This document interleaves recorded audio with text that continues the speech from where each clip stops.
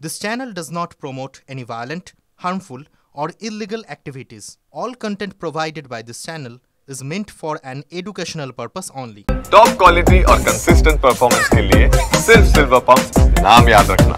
एक বছর তিলোত্তমার মৃত্যুর বর্ষপূর্তিতে নবান্ন অভিযানে আমাদের নজর থাকবে। তিলোত্তমার এক বছর পূর্তিতে বিভিন্ন দিক থেকে মিছিল এবং তার আগে নবান্ন অভিযানের দিকে আমরা একটু নজর রাখতে চাইবো। কি প্রস্তুতি এখনো পর্যন্ত এবং চারপাশের ছবিটা কি সেটা আমাদের রিপোর্টার সুশোভন জানাবেন। সুশোভন, দেখো, আমি মূলত দাঁড়িয়ে রয়েছি একবারে পিটিএস এর কাছে। তোমাকে দেখানোর চেষ্টা করব যে যেহেতু পিটিএস এর দিক থেকে দ্বিতীয় হুগলি সেতু ধরে নবান্ন যাওয়া যায়, স্বাভাবিকভাবেই কিন্তু সেই রাস্তা গুরুত্বপূর্ণ এবং সেই জন্যই কিন্তু তুমি দেখতে পাচ্ছ যে সেই ব্যারিকেড কিন্তু ইতিমধ্যেই করা হয়েছে। শুধুমাত্র এই ব্যারিকেড নয়, একেবারে যে গার্ডরেল, যেগুলো আমরা পুলিশের যে গার্ডরেল আমরা দেখে অভ্যস্ত, সেই গার্ডরেলগুলো কিন্তু একেবারে এই ব্রিজের ওপর দিয়ে বন্ধ করার একটা পরিকল্পনা কলকাতা পুলিশের রয়েছে। ঠিক একইভাবে হাওড়া সিটি পুলিশ, তারা কিন্তু মূলত দুটো জায়গা তাদের কাছে গুরুত্বপূর্ণ, এক সাঁতরাগাছি, দুই হাওড়া ময়দান। সেখানে কিন্তু বড় বড় তারা ব্যারিকেড প্রস্তুত করছে। এছাড়াও শিবপুর, বেলেপোল, একেবারে কাজীপাড়া, মন্দিরতলা, এই সমস্ত জায়গাতেও কিন্তু বেশ কিছু ব্যারিকেড থাকবে। সব মিলিয়ে হাওড়া সিটি পুলিশ সূত্রে খবর যে 25টা কিন্তু তারা ক্যামেরা শুধুমাত্র ইনস্টল করছে বিভিন্ন পয়েন্টে, যেখান থেকে যারাই নবান্ন অভিযান করছে তারা কি করছে এবং তাদের একেবারে বলা যায় যে তারা কিভাবে কতটা এগিয়ে আসছে, কোথায় কোন ব্যারিকেডে আটকাচ্ছে, সব কিছু তারা মনিটরিং করবে এবং সব কিছু তারা রেকর্ড রাখবে।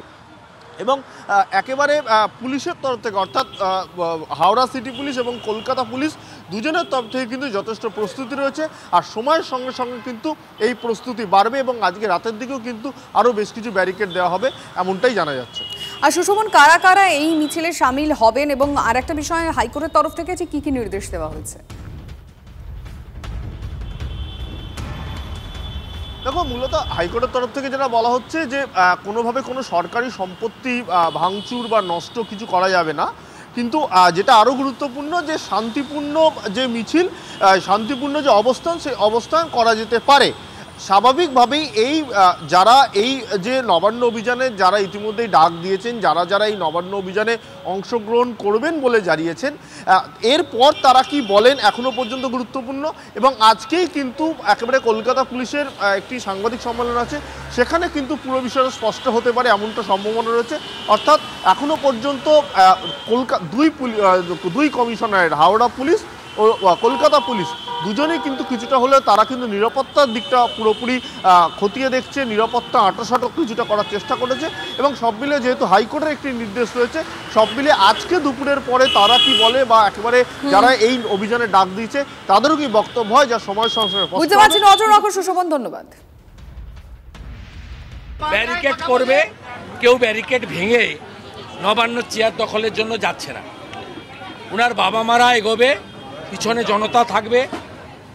ওনার বাবা মারা যদি বলে যে আমরা গিয়ে ফিরে আসবো। ওনার বাবা মা যদি বলে যে আমরা বসলাম, আমরাও বসবো। ওনার বাবা নেতৃত্ব দেবেন, তিনি যেমন চাইবেন তেমন প্রত্যেকটি সচেতন শিক্ষিত মানুষকে করা উচিত। এবং পুলিশ যদি বল প্রয়োগ করবে, বিজেপির সবাই সর্বাত্মকভাবে অংশগ্রহণ করবে।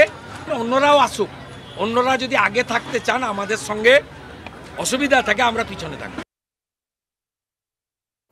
9 আগস্ট নবান্ন অভিযান নিয়ে তৎপর লালবাজার। আগের বারের থেকে এবার বেশি সংখ্যায় পুলিশ রাখা হবে, এমনটাই খবর লালবাজার সূত্রে। নবান্ন যাওয়ার রাস্তা থাকবে পুলিশের দখলে। এখনো পর্যন্ত কালীঘাট অভিযান নিয়ে কোনো আবেদনপত্র জমা পড়েনি বলে সূত্রের খবর। এবং আগামীকাল কলেজ স্কোয়ার থেকে শ্যামবাজার মিছিলে কোনো রাস্তা বন্ধ হলে বিকল্প রাস্তা তৈরি রাখা হয়েছে, এমনটাই লালবাজার সূত্রের খবর। সিবিআই ডিরেক্টরের সঙ্গে কথা বলেও সন্তুষ্ট নন তিলোত্তমার বাবা মা।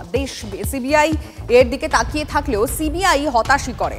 তিলোত্তমা ধর্ষণ খুনে সিবিআই তদন্তে অখুশি তিলোত্তমার বাবা মা। সময় নষ্ট ছাড়া কিছুই হলো না, হতাশ তিলোত্তমার বাবা মা। 9 আগস্ট তিলোত্তমার মৃত্যুর বর্ষপূর্তির আগে সিবিআই দফতরে দরবার। ডাইরেক্টর বললেন আমরা সাপ্লিমেন্টারি চার্জশিট দেবো, এইটা প্রতিজ্ঞা করেছেন, ব্যাস আমাদের ধন্য করে দিয়েছেন ওনারা এটা বলে। কিন্তু কি সাপ্লিমেন্টারি চার্জশিট দেবেন সেটা আমরা এখনই বুঝতে পারছি। ওরা যে 93টা রিপোর্ট করেছে সিএফএসএল থেকে, তার মধ্যেই যে সমস্ত কোশ্চেন আছে আমরা সেই কোশ্চেনের উত্তর ওদের কাছে নেই। সিবিআই একটা ভোকাস মানে তদন্তকারী সংস্থা, 140 কোটি লোক যাদের উপর ভরসা করে থাকে তারা একদম ভোকাস। আমাদের দেশে এই সব ধরনের তদন্তকারী সংস্থা যতদিন থাকবে ক্রাইম জীবনে কমবে না, ক্রাইম দিন দিন বাড়বে ছাড়া কমবে না। কলকাতা পুলিশ যে তদন্ত করেছে তার থেকে ভোকাস তদন্ত করেছে সিবিআই। সিজিওতে এসেছি, ওখানে সিবিআই ডিরেক্টরের সঙ্গে কথা হয়েছে। সিবিআই ডিরেক্টর বলছেন যে আমাদের সাপ্লিমেন্টারি চার্জশিট দেব 3বার বলেছেন, কিন্তু আমাদের যে আইও আর আমাদের যে এখন ইনভেস্টিগেট অফিসার ওনারা ডিআইজি ওনারা দুজনেই বলছেন সঞ্জয় রায় একাই করেছে, আর কেউ এইসব কোনো ধর্ষণের সঙ্গে জড়িত নয়। এটা আমরা মা বাবা হিসাবে যেমন মানি না, তেমনি আমার এই দেশের 140 কোটি লোকও সেটা মানে না। হারিয়ে লরিতে ধাক্কা, যাত্রীবাহী বাসের আহত 14 জন, 4 জনের অবস্থা গুরুতর। গতকাল রাতে যাত্রীবাহী বাসটি আরামবাগ থেকে বিষ্ণুপুরের দিকে যাচ্ছিল। কতুলপুর থানার সাঁইতারার কাছাকাছি যাত্রীবাহী বাসটি নিয়ন্ত্রণ হারিয়ে সজোরে ধাক্কা মারে লরিতে। দুমড়ে মুচড়ে যায় বাসটি। পুলিশ বাসটিকে আটক করেছে।